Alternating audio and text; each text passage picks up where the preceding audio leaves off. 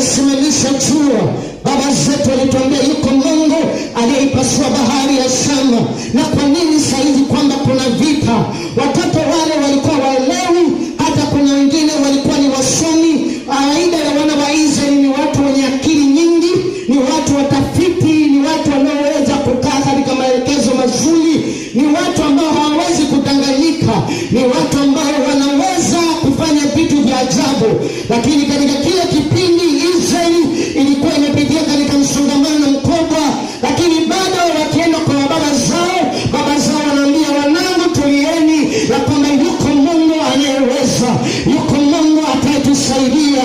Watoto wanaanza kukaa na kuanza kutafiti, Bwana mlituambia kwa habari ya baba zetu, Bwana mlituambia kwa habari ya huyu Mungu. Na baba zao wa imani wanawaambia, wanangu tulieni, yuko Mungu atayetusaidia, yuko Mungu ambaye anaweza kutuwezesha, yuko Mungu atayeweza kutupigania. Lakini bado watoto hawaelewi kutokana na vile wanavyokutana nao. Kuna wakati adui alikuwa na nguvu hata kwenda kuchukua chakula katika ghala zao. Kuna wakati adui alikuwa na nguvu hata kwenda kuchukua mifugo yao. Kile kipindi Israeli ilipitia katika manyanyaso, Israeli ilipitia katika machozi, Israeli ilipitia katika kilio, Israeli ilipitia katika masimango. Lakini kumbe Mungu alikuwa ametulia ili kuangalia imani ya watoto wake.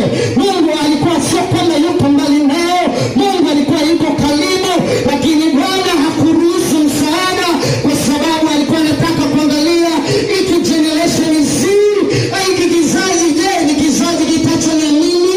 Hiki ni kizazi ambacho kitanitegemea? Hiki ni kizazi ambacho kitatembea nami?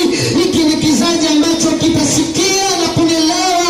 Ndipo Mungu anamwambia mtumishi wake, kwa kuwa watoto wamekaza kunipenda, nami nitakwenda mbele yao kusababisha palipopanyuza. Sema amen. Bwana apewe sifa. Bwana asifiwe. Bwana asifiwe. Bwana anasema kwanza nitakwenda mbele yako. Maana yake kipindi cha kwanza hakwenda, lakini from this now nitakwenda mbele yao. Wakati